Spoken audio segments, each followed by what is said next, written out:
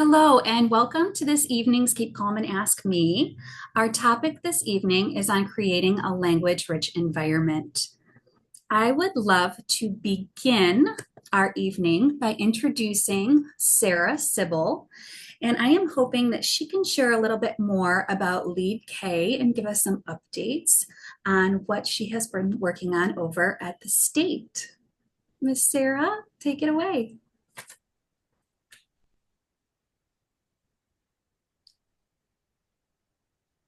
Hi, this is Sara.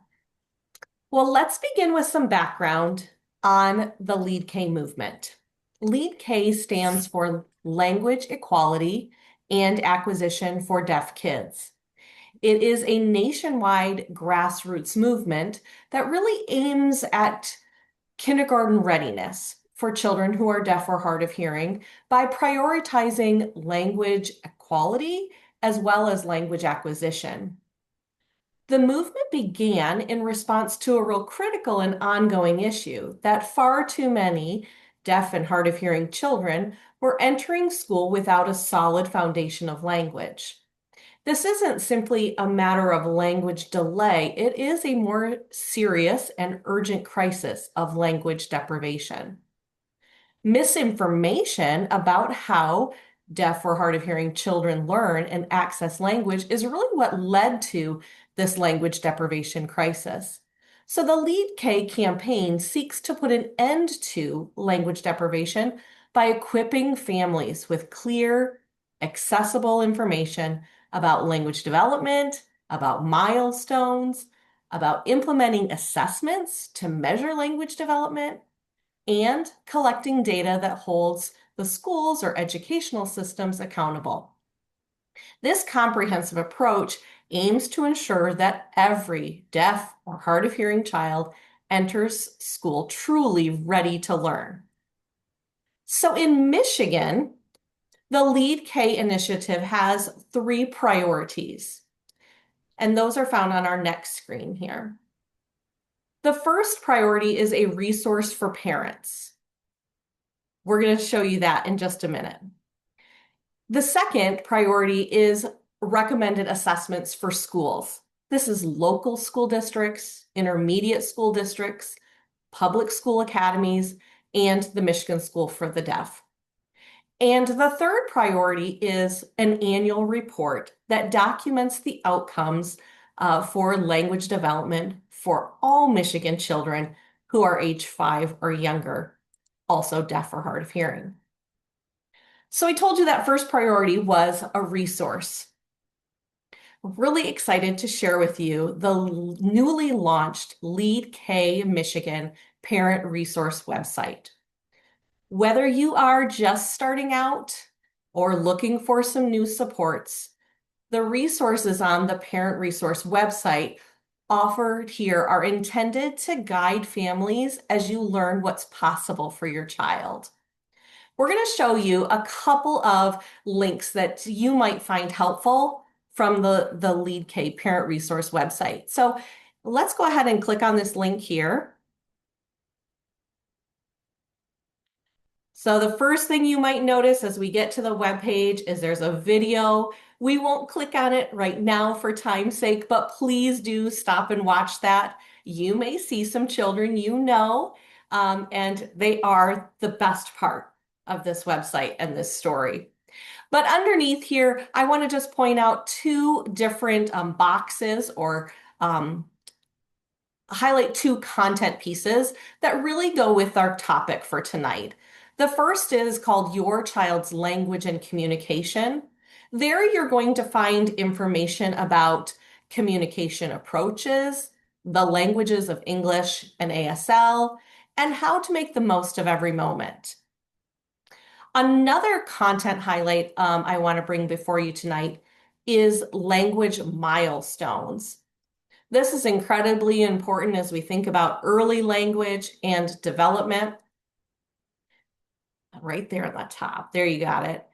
The language milestones here are really a guide for families to know what to expect, what's coming next, and when they are having some concerns, when to be ready to reach out. Watch for these language milestones to be offered as a colorful printed booklet soon. And then the third featured content I want to highlight tonight is family stories. Favorite part of the website where there are families, again, some families you may know, who are sharing their story about identification to diagnosis to entrance into early intervention. It's just a really great place to get connected with others who are walking the journey that you're on. So the parent resource website is because we recognize there is a lot of information at your fingertips, and it can be hard to know what is trusted, what is true, and what might be a fit for families here in Michigan. So go back to this Lead K parent resource website often. Please share it with others you know and give us feedback. We hope you find it to be a helpful hub.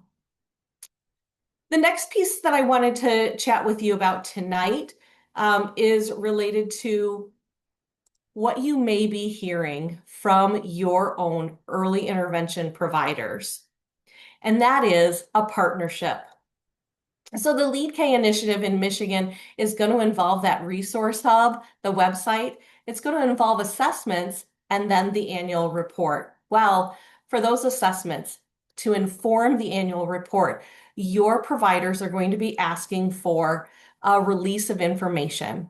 So there may be a form that your provider's talking with you about or even bringing to your home that asks your permission to share your child's language assessment data with our university partner collecting this data and then informing the state. No personal identification, identifiable information will be shared with the state. However, it will be collected in the database to track and monitor the language outcomes of children who are deaf or hard of hearing, ages 5 and younger. We hope that you'll partner with us. On this last slide here, before I jump off of our call today, I'm going to leave you with a couple of resources where you can find out more. You can visit the About Lead K webpage in the QR code here, and then also the parent resource website. We call it Lead K Michigan. Any questions about Lead K, or you just want to know more, you can reach out to our program manager, Elizabeth Flores. Her email is listed here, or myself. Thanks for having me join tonight. Thank you so very much for sharing this evening, Sara. And I apologize for my technological not very goodness. We are ready to move on to our next part of the presentation this evening. And I would love to welcome our presenters. They are going to be sharing on the topic of creating a language-rich environment. This evening, we have Mr. Teddy Dorsette III, and we also have Miss Tina Roy, who are visiting us to share on this topic. If you guys could start the evening, excuse me, start by sharing your background and give us a little bit more about yourself. And then if you want to just go ahead and take it away, you could start with Teddy introducing first and then go to Tina and just take it away.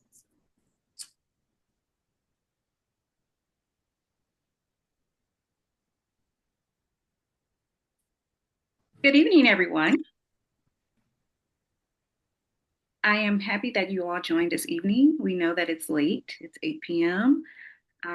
Children are getting ready for bed, parents trying to get settled in, but we are here to have a good conversation and dialogue about how we can support our children. I want to introduce myself. My name is Teddy Dorsette III. Let me give a brief background on myself. I've been a member of Hands and Voices for over 10 years. Probably more than that. I'm not sure, but time is fine. I've been on the board for several years with Lead K, Lead by Your Side, and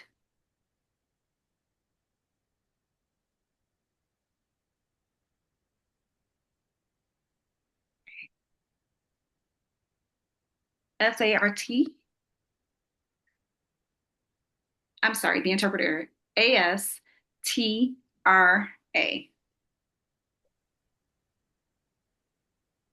It's a lead training that provides support for families all over Michigan. This has been a really involved journey as a person who is deaf themselves, who have a child who is deaf, my son.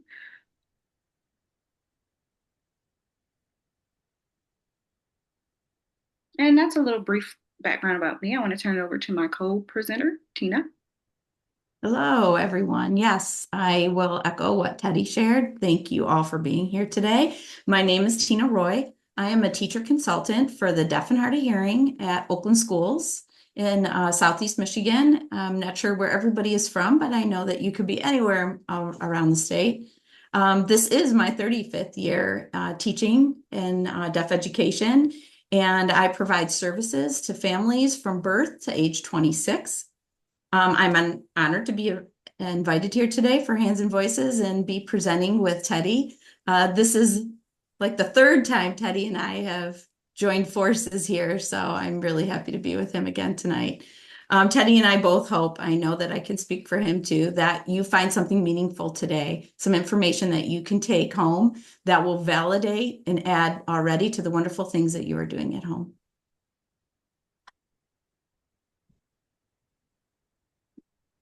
So as we know, and I'll continue on, early language matters. It is the most important thing we have to offer.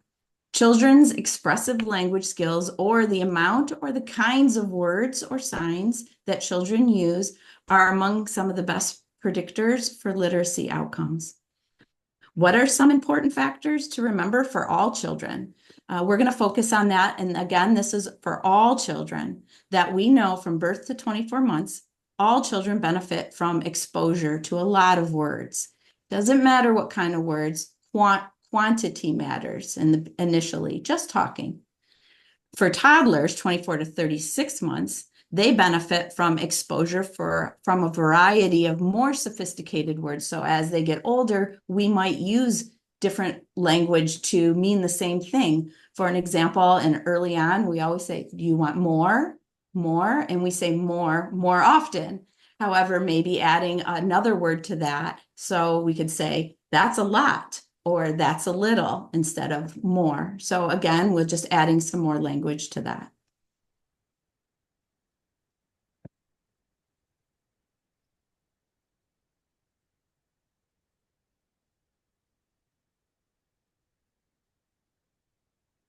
As our children continue to develop and grow,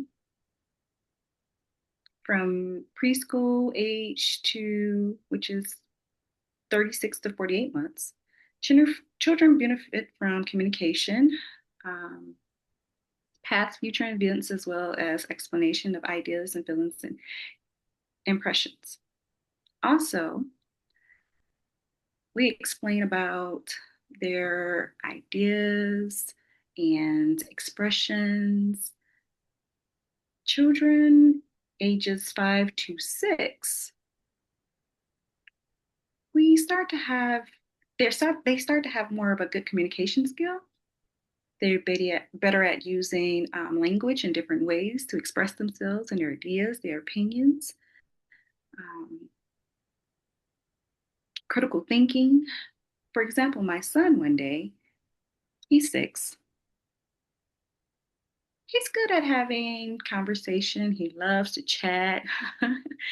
And so often I'll ask him questions like, what happened in school today? What did you do?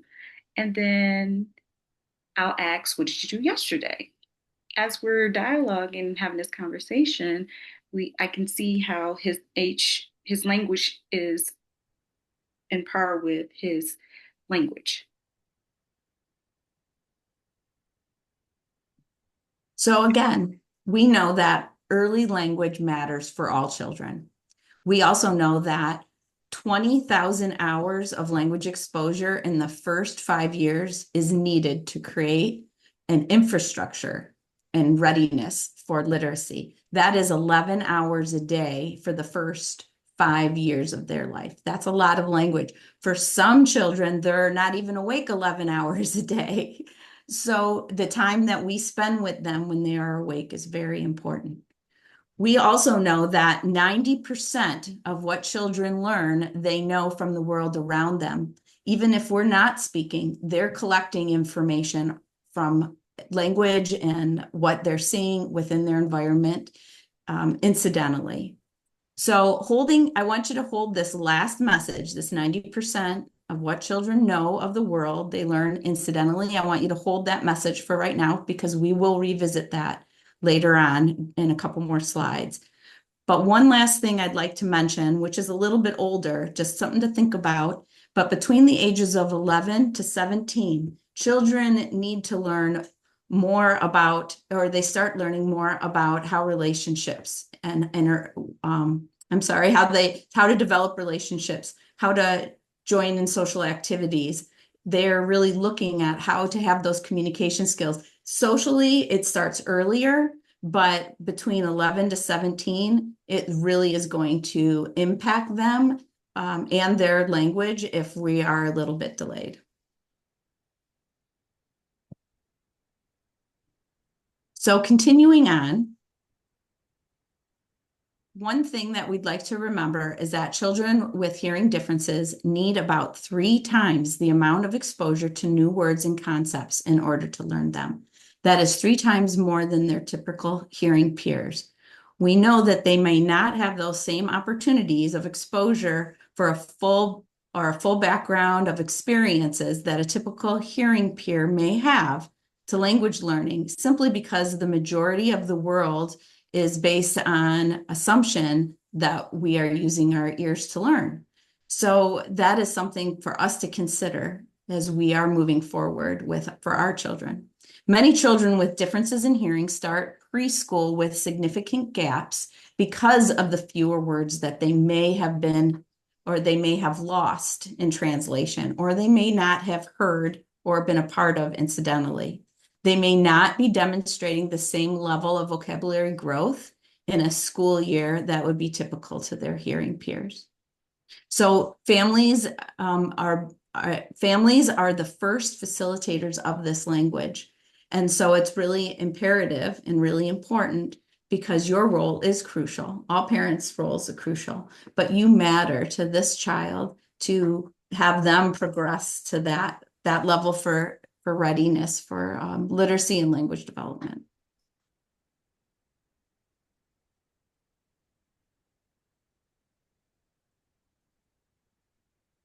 These are beautiful photos of various children.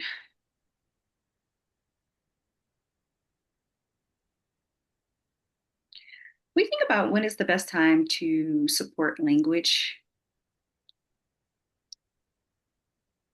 Looking at the different pictures on the slide, all of them, and we all can agree that these are joyous times that we can spend with our children. Learning never stops. It's in our daily routines, in our interactions, and opportunity to lose language is vast. During interactions, reading time, playtime, we can show different language through our facial expressions, body language, our emotions, how we feeling, happy, sad, frustrated, excited.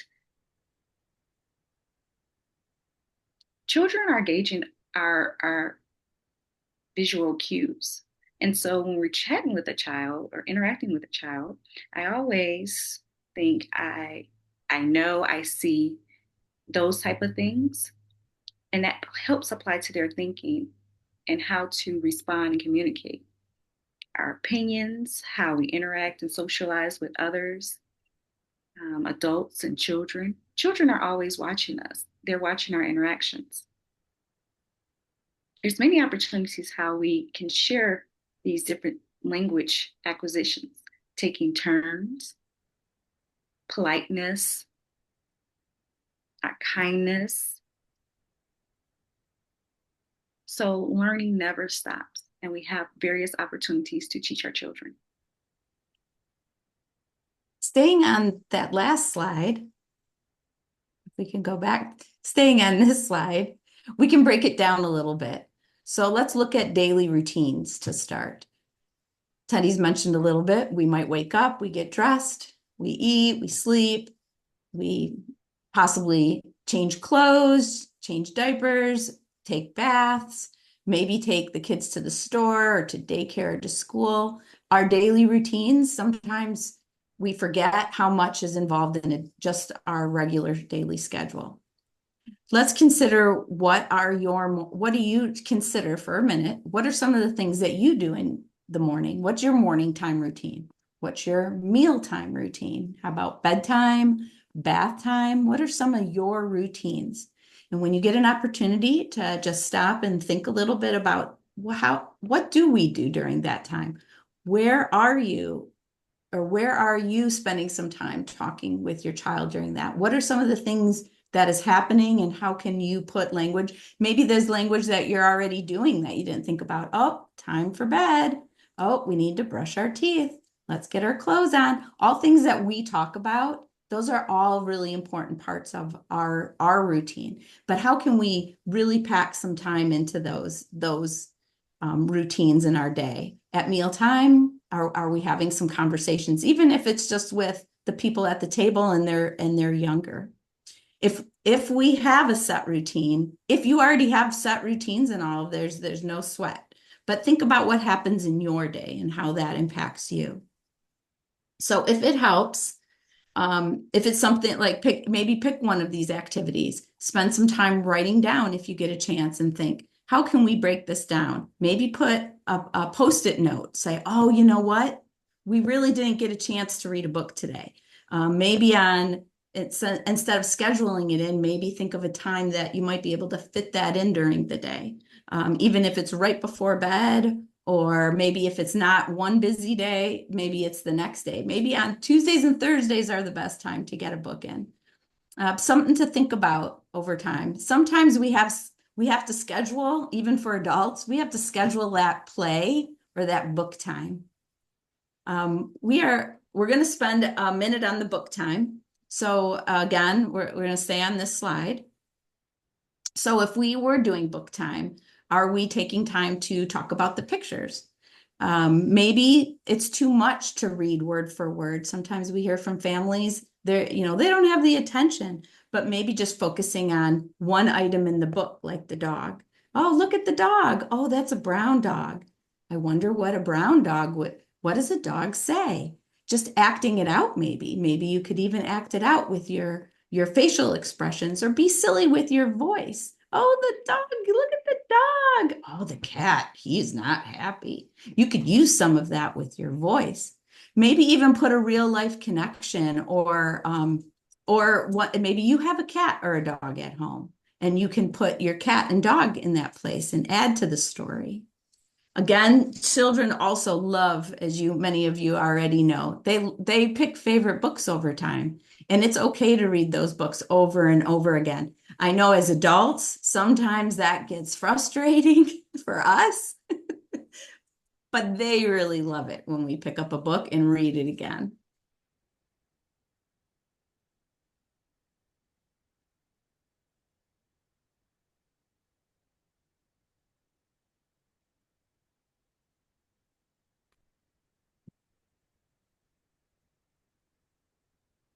Back to that message that we had talked about in a couple of slides when we told you to hold about.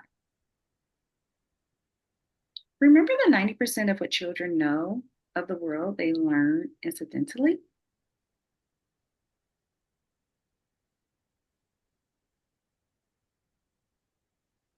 Incidental learning happens as children take in their experiences, language around them.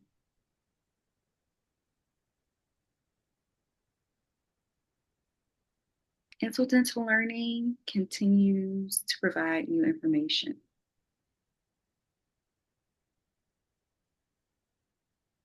They get it through their eyes and their ears. You see the baby dancing in the screen watching the TV. It's three people dancing, and the baby is standing there watching them dancing and copying their movements. Children learn language by that way through, again, interactions, story time, book time, talking with their siblings, talking with family members, teachers. They're always picking up language. They can pick it up through their ears, visual, eyes, touch, sensory. Um, and for our deaf and hard of hearing children, they're getting it visually. They're watching what their parents do, how they interact with others, how they communicate with others, what they see on TV, through books. There's various ways that children pick up language. We have to be mindful, though. Yes. Yes. Being mindful. Teddy touched on some of the things that you could start being mindful of, because for our students, they may not have the time, or they may not notice or have the attention to look at or overhear or oversee. Sometimes we have to be mindful of oversimplifying our language or exaggerating our words. Sometimes we have to be mindful of the background noise or the visual clutter, like a window sometimes will make it more challenging to see what we're saying or doing. Or again, background noise. Maybe it's too noisy. Maybe we're trying to have a conversation with them, but the TV is on, which makes it really challenging sometimes to hear if we're using listening and spoken language. Our body language. What is our body? Is our body language matching what we're saying? Our facial expressions matching what we're saying? What is seen? What do they see? Because sometimes they might see something, but they don't hear the whole message. They only see what we're projecting. So being mindful of that. Things don't have to be a direct conversation, and we don't have to have like a lesson plan for everything. But that children will notice unintentionally. They will learn what we are showing them without us even being aware, or taking things away from them when we're not even aware, like the TV being on. That's something too that sometimes can be a distraction at home. Being mindful to intentionally make language accessible, meaningful, and constant through your daily routines, through your play, interactions, books, songs. All of those are ways to capture a great deal of incidental language.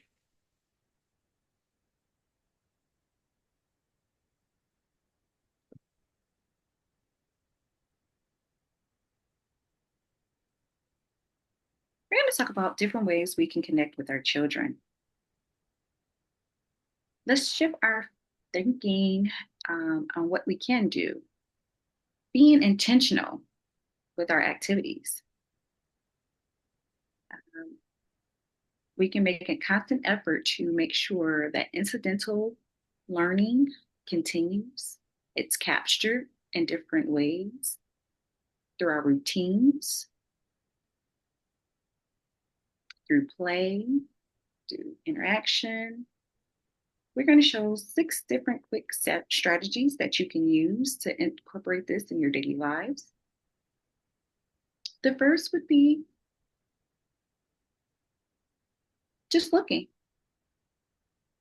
listening visually, listening through the ears.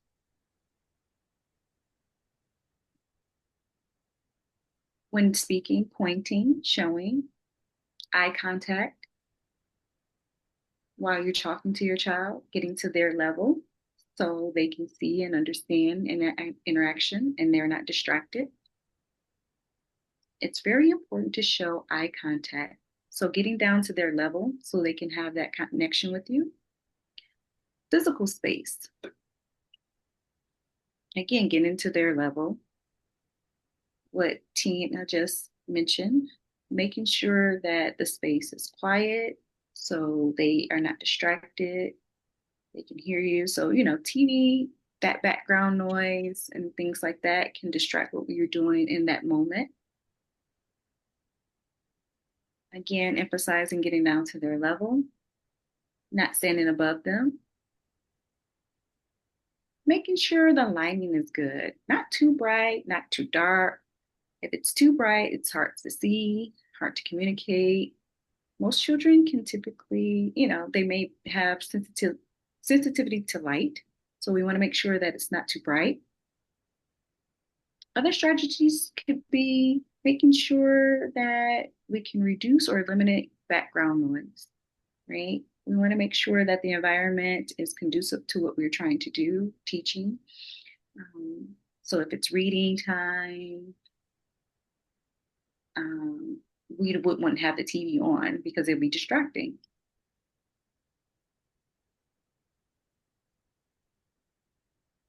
Improve your connection with your children through these different opportunities.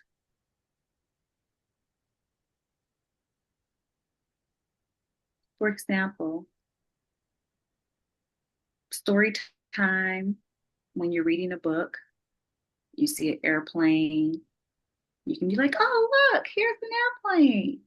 So again, that visual cue, the tone of your voice, at the same time, point and show them.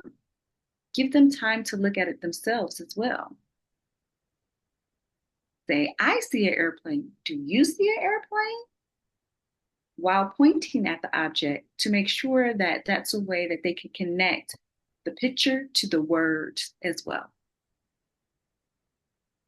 If you have a younger child, they can copy the movement. So if you give them the sign for airplane and ask them to copy the sign airplane. So it gives them the motion and visualization as well as the sentence, the words, and the picture. So here's the airplane. Look at it fly. That means that the airplane is flying fast.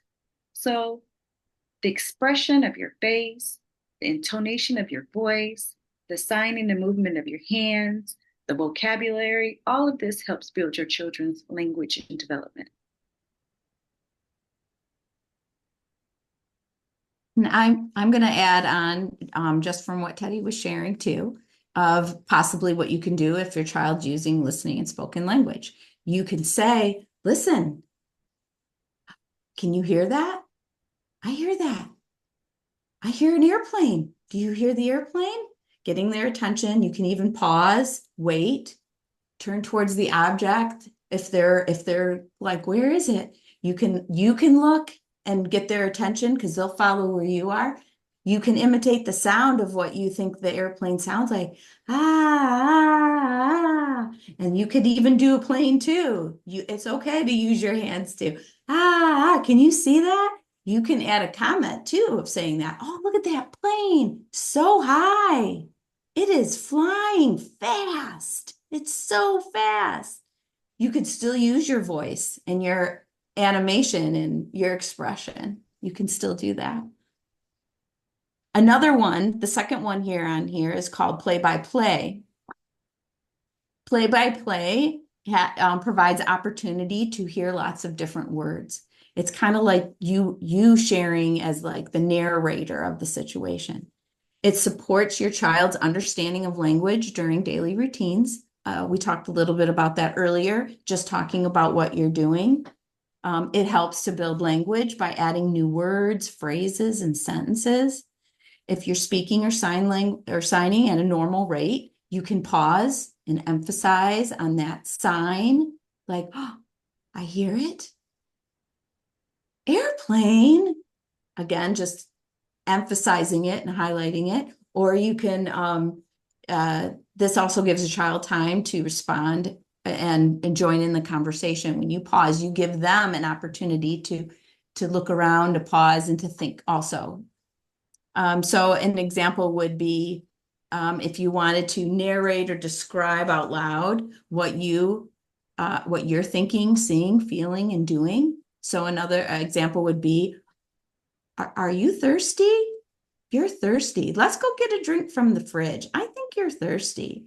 Let's open the door. You can open the door, and after you open the door, you could say, oh, I feel cold. It's cold in this fridge. So what would you like to drink? Would you like some orange juice, milk, apple juice? What do you want? And giving pauses in between to see how they react, because they might just point. And you could say, oh, I see you're pointing to the milk. All right, let's try milk. Milk's yummy. Let's take the milk out of the fridge and get the cup. Let's get the cup out of the cupboard. All right, let's pour it. You can even add some sounds to it. Glug, glug, glug, glug, glug. To help them out. Oh, that's good. Those are some things we could add for play-by-play. Bedtime, maybe it's a bedtime routine. Time for bed. Let's get our dirty clothes off. Ooh, let's get them off. Let's get our pajamas on. Now we're all clean. We're fresh, ready for bed. Let's go brush our teeth. Those are some things that we could use to narrate. I think Teddy's got some good examples too for that.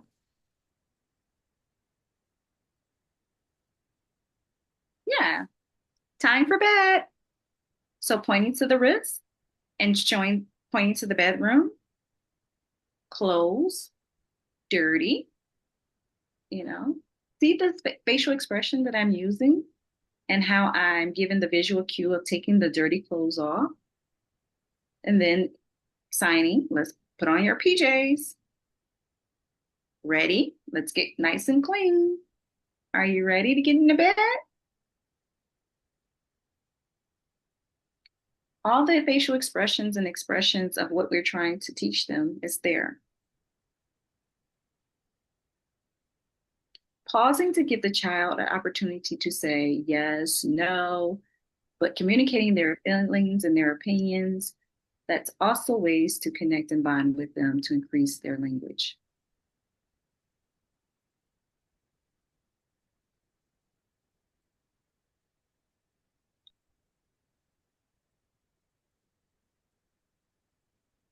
Another strategy we can use is beyond the here and now.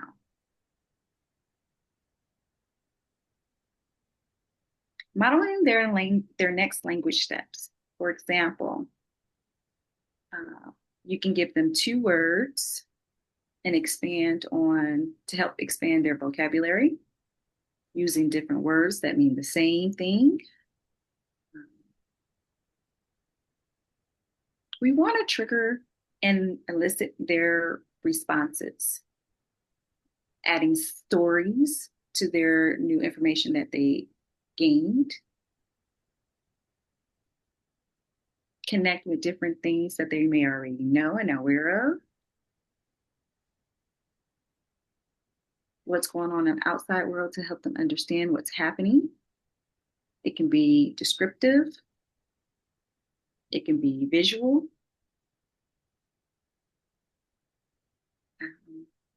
For example, if your child is signing the sign for ball, you want to expand on that. Saying, yes, that is a ball. Is the ball big or is the ball small? Then you can add a couple more words. So the child says ball, and I say, yes, I see the ball. I see the big ball, or I see the small ball. That helps the child to expand on their language development and use of words. If you have an older child and they say, I want a ball. And you can say, you want to encourage them to expand on their signing and their word choice. You want a ball? Do you want a red ball? Pause. Make sure that you show that facial expression so it gives them the opportunity to think about it more, to add more signs or words with that. You can say, there's a big red ball that bounces up and down. So those are a few examples that I want to share with you all that you can help them expand on their language development and creating longer words, longer sentences and interpreters that they may already know and use. And staying with that strategy, also, you can expand your child's vocabulary by using new phrases or similar that have similar meaning. So if a younger child says, bye bye, you can always change that up a little bit and respond with, see you later, or so long, just adding to the same meaning, but different phrases that go along with it. So an older child may say, I see a big bug. You could add to that word of big and say, yes, that's an enormous bug. I see him. He is really large. That grasshopper can really hop. You can add to that a little, those different words, again, same meaning, but the next step on. The next strategy here we have is sabotage. And sabotage is a strategy that we can use during any daily routine, playtime, story time, but it's kind of just like it says, you're kind of doing a little bit of trickery or an exaggeration of something for language learning. You're going to kind of give them an opportunity to pause and think, wait a minute, is that correct information? We kind of want to initiate a surprise within that routine so your child can practice requesting, questioning, some vocabulary, problem solving, or how they're using language. This is really great for critical thinking.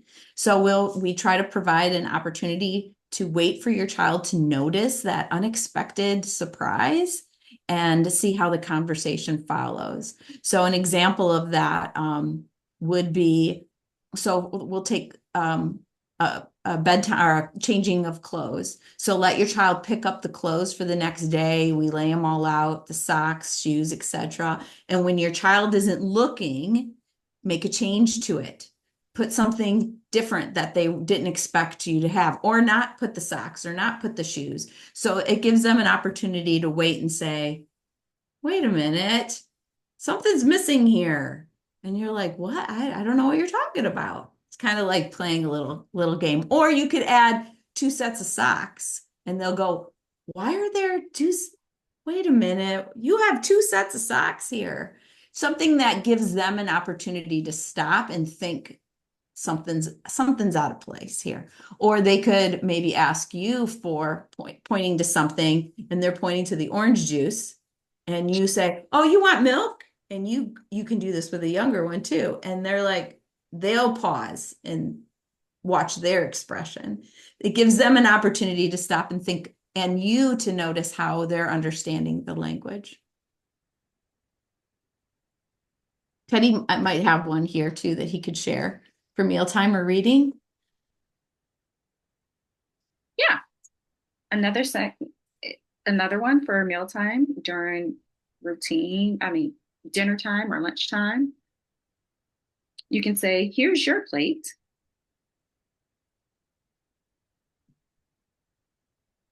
We want to make sure that they have something to eat with. So here's a fork with your plate. And then your child sits down and waits. And they look up at you and say, what's this? You can give them a big spoon to see what happens, another utensil to see which utensil that they need to use. What is it, a fork or is it a spoon? So it gives them an opportunity to question, to figure it out, to use their critical thinking. Another example is during bedtime, during story time, picking a book. Get a book that they're already familiar with, know the words very well. And then when you start reading it with your child, while reading it, they'll realize that you said, look at the big cool yellow bus. The child realized you said something or signed something that wasn't there, that was wrong. That's not in the book that they're familiar with. So remember we talked about the picture. Here's the picture. Here's a bus. The child can obviously see that it's not. It's a truck. It's not the bus. But I said, look at the bus.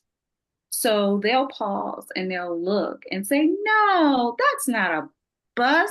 That's a truck. So that gives them an opportunity to use their critical thinking, questioning skills to tell you if they're, if you're right or wrong. So you get to see how they expand on a language and pick up on language as well.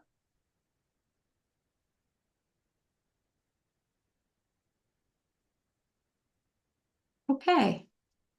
We have our last two strategies here for tonight. This one is help, but don't tell. This one helps to promote your child's attention and thinking skills to help them with connecting pieces of information that they know already to expand and enhance the knowledge of their language. It also provides different clues, such as maybe labeling or helping them with categorizing or with rhyming or with opposites and describing. So an example would be maybe just providing a category or some information and asking for an answer. For an example, this could be, this is an animal that lives on a farm. It gives us milk. It has horns. Do you know what it is? And give them that pause time, looking at them with an expectant look. And if they're unsure, they might give you an answer. And if they don't, you can add to it and says, oh, it says moo. And see what they give you there. It's kind of, again, a little bit of a game. You could use rhyming words or opposites to help them guess. Oh, this is a little animal that rhymes with house. It starts with an M. Give them that wait time. Do you know what it could be? Those kind of games really do kind of help them play on the language. But again, it's you helping them, but not telling them.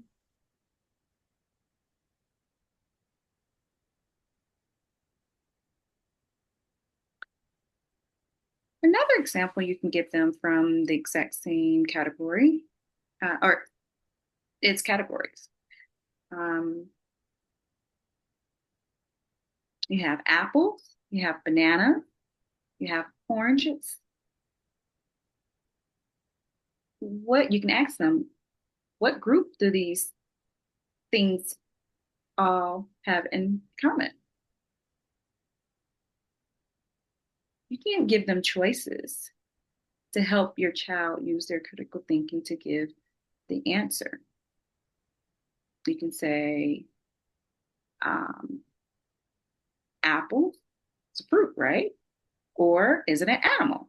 Which? To help them think about what it is. If they say animal, then you can say, well, that's interesting. But of course, we all know it's a fruit, but that's a way to make sure we help our child develop critical thinking skills so they can give the best response.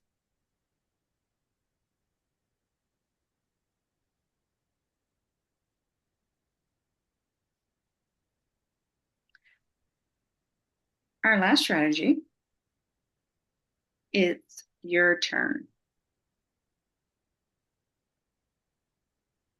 You encourage your child to use their language,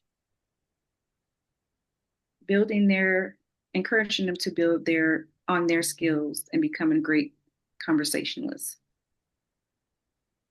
Empowering them to take turns in conversation, to consider their own thoughts, their ideas, their opinions. And we use this strategy with your child, this type of turn taking, so they'll be aware of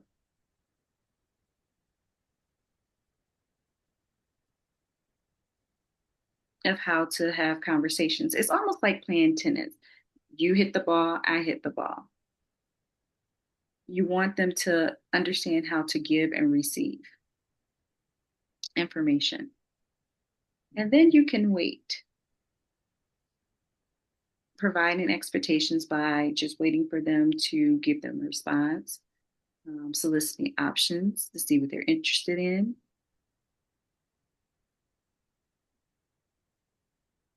Using facial expressions while waiting for your child to respond. So while you're asking questions, remember earlier on when we talked about the different types of fruits, and then I asked the child with my facial expression, What do you think this is? This gives them an opportunity to think about it. Do you want lunch? So making sure you have the raised eyebrows. You can say, do you want pizza for lunch? Or do you want a sandwich for lunch? Pause, wait for your child's response. You can offer suggestions. You want pizza? So that turn taking to help elicit their response. Maybe they may say they want ice cream, something you didn't even suggest. So, but if we didn't give them an opportunity to pause to respond, we wouldn't know what they want and they couldn't elicit their choices. If they're out for a play date and they come back home and they're taking off their clothes and maybe they set their hat down, you can ask your child, is that the right place to put your hat? Pausing and see their response to say, maybe this is not where my hat goes. Or maybe that is where the hat goes. A few other examples would be maybe your child offers you the door or a container or something, and they hand it to you, and you're looking at it in your hands, and you're like, open? Do you want me to open this? Or the cabinets, they're pointing again. What do you want? What is this? Like you're asking them, I don't know. What are you looking for?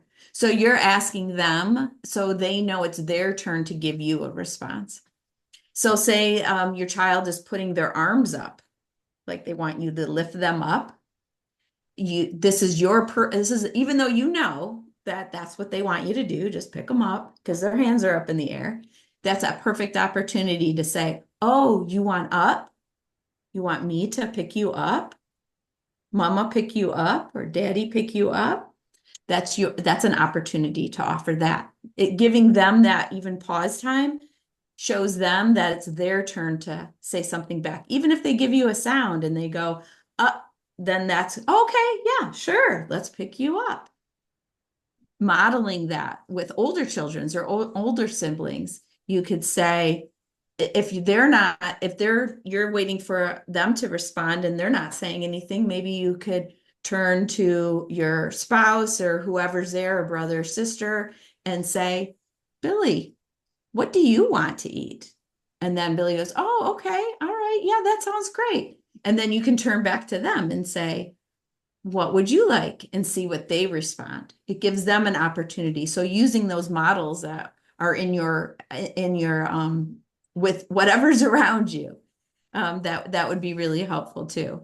If there's no response, again, you can ask somebody else.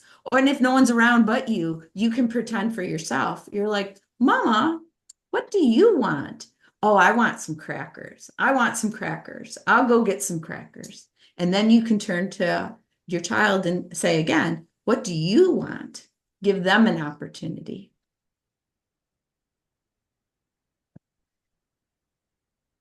So some of the, Teddy and I just shared some 6 strategies with you that hopefully you'll be able to take and use. Maybe you can print some of them out. I believe there's a file that will be shared with you that maybe you could have some time, cut them apart and put them on the fridge to help you remember some of these strategies. We also wanted to share with you some myths. These are some things that we hear from families. So we wanted to kind of clear the air today. The first one is too much language is just overwhelming.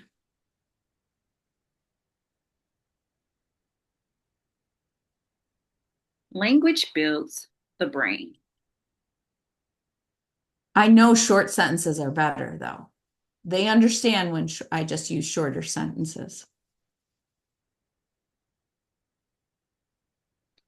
Rich language equals stronger learning. If I sign, though, that'll hinder or slow down their speech development.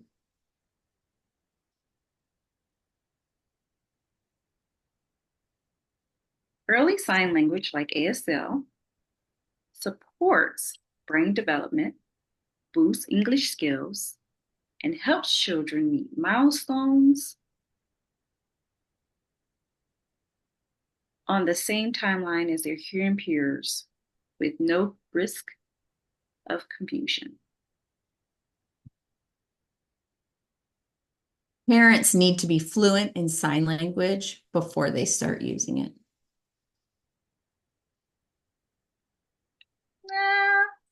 Families can learn together. Early exposure to any accessible language, including sign, is crucial for brain development. I know it's okay because they're using lip reading.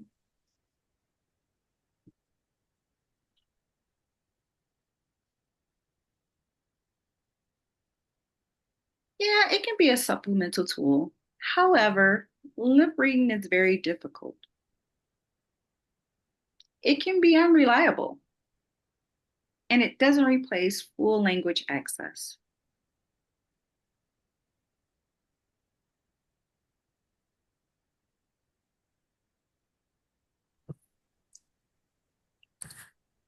It's important for us to recognize all of these different myths. It's not one thing that we can't, we shouldn't say we can't, we can. And we should apply these different strategies to support our children's learning development and continue exposing them to language, whether it be spoken or sign. What's critical is that we expose them continuously. Thank you guys so very much. This is Jennifer speaking. I am so honored that you guys came on this evening to share with us. We are running out of time, and I would love to open up the floor for questions. Would our interpreters be willing to stay on for another 15 minutes while we do questions? Thank you so much. All right, I'm going to leave our resources up here for one moment for our people who are watching the recording at home. And then we can turn off our recording and we can go straight into questions.